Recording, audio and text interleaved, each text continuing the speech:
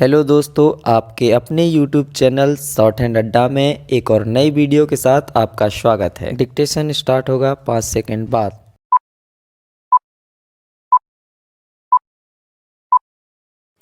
सभापति जी, अब मैं आपसे चौथा प्रश्न करना चाहता हूँ, जो ऊर्जा विभाग के संबंध में है, और वह यह है कि मेरे क्षेत्र में अमरपाटन विद्युत सहकारी समिति मर्यादित का विलीनीकरण मध्य प्रदेश पूर्व क्षेत्र विद्युत वितरण कंपनी में कर दिया गया है और संभागीय कार्यालय अन्यत्र दूर कर दिया है। मैं चाहता हूं कि संभाग कार्यालय स्थानीय जगह पर स्थापित किया जाए, ताकि जनता को छोटी मोटी तकलीफ़ के लिए दूर तक ना जाना पड़े। कृपया मेरा निवेदन स्वीकार करना चाहेंगे। सभापति महोदय, ऐसा प्रतीत होता है कि आज बिजली जीवन उपयोगी अनिवार्य आवश्यकता होती जा रही है। इस परिस्थिति में आने वाली छोटी छोटी बिजली से संबंधित अनेक समस्याओं के निराकरण के लिए क्षेत्रीय जनता को 100 किलोमीटर यात्रा करनी पड़ती है। अभी प्रदेश में जिन समितियों को समाप्त किया गया है, उनकी जगह संभाग पर गठन किया है। आम जनता द्वारा विद्युत संभाग जिला स्तर पर गठित करने की मांग की जा रही है। मेरे मत के अनुसार यह मांग यथोचित और न्याय संगत प्रतीत हो रही है, इसीलिए मान्य कर लिया जाना चाहिए।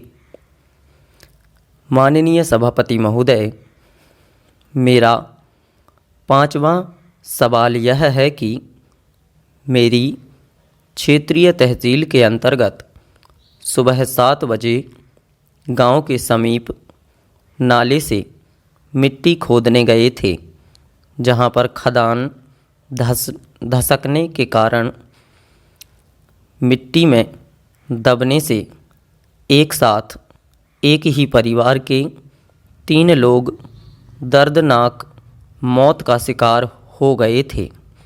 मृतक के परिवार में पत्नी एवं छोटे बच्चे शेष बचे हैं और आजीविका हेतु थोड़ी सी मात्र 6 बीघा बीहड़ी जमीन होने के कारण उनके समक्ष रोजी रोटी का संकट उत्पन्न हो गया है। इस दर्दनाक हादसे से आसपास के क्षेत्र में चारों ओर भय का वातावरण निर्मित है, परंतु स्थानीय प्रशासन का जिम्मेदार अधिकारी घटना स्थल पर नहीं पहुंचा और न ही जिला शासन ने मृतक पर आश्रित रहने वाले परिवार को किसी भी प्रकार की कोई आर्थिक सहायता मुआवजा उपलब्ध कराया है। मैं शासन से गुजारिश करता हूं कि इस ओर ध्यान दें। कर पीड़ित परिवार को आर्थिक सहायता दी जाए तो मुझे बड़ी प्रसन्नता होगी। पैरा। आदरणीय महोदय, हमारे संविधान में समाजवाद, धर्मनिरपेक्षता, धन का समान वितरण एवं सामाजिक न्याय इत्यादि के लक्ष्य निर्धारित किए गए हैं। दूसरी ओर आज भी भारत जैसे विकासशील राष्ट्र के सामने गरीबी, भूखमरी, कुपोषण, बेकारी, निरक्षरता, बेरोजगारी जैसी समस्याएं गंभीर रूप से विद्यमान हैं, तब वहाँ इन संवैधानिक लक्ष्यों का महत्व और भी अधिक हो जाता है। इन चुनौतियों का सामना करने के लिए संवैधानिक लक्ष्यों को प्राप्त करने के लिए आम जनता अपने प्रतिनिधि चुनकर संसद भेजती है। संसद जब इन गंभीर समस्याओं का समाधान करने के लिए कोई कानूनी कदम उठाती है और न्यायपालिका मौजूदा संवैधानिक प्रावधानों के अंतर्गत अपनी समीक्षा शक्ति के बल पर इन कानूनों को अवैध घोषित कर देती है, तो उस समय बड़ी नाजुक स्थिति निर्मित हो जाती है। इस संबंध में अनुभव करने वाली बात यह है कि जब इस तरह के न्यायिक निर्णय देश के आर्थिक सामाजिक विकास में गतिरोध के रूप में साबित होने लगते हैं, हमारे देश की लोकतांत्रिक शासन व्यवस्था में जन निर्वाचित निकाय संसद एवं विधानमंडल जन इच्छाओं को प्रतिबिंबित करते रहे हैं एवं जनमत तथा जनादेश के प्रति वचनबद्ध भी होते हैं।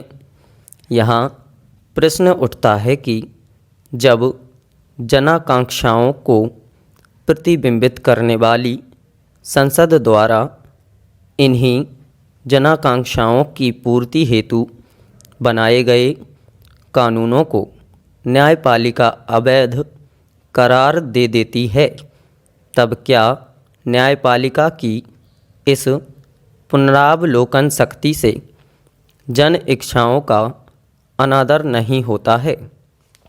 क्या ऐसा करने का उसे अधिकार है? क्या न्यायपालिका की शक्ति जन शक्ति से ऊपर है? हमारी मौजूदा प्रजातांत्रिक व्यवस्था में जनता सर्वोच्च है अथवा न्यायपालिका?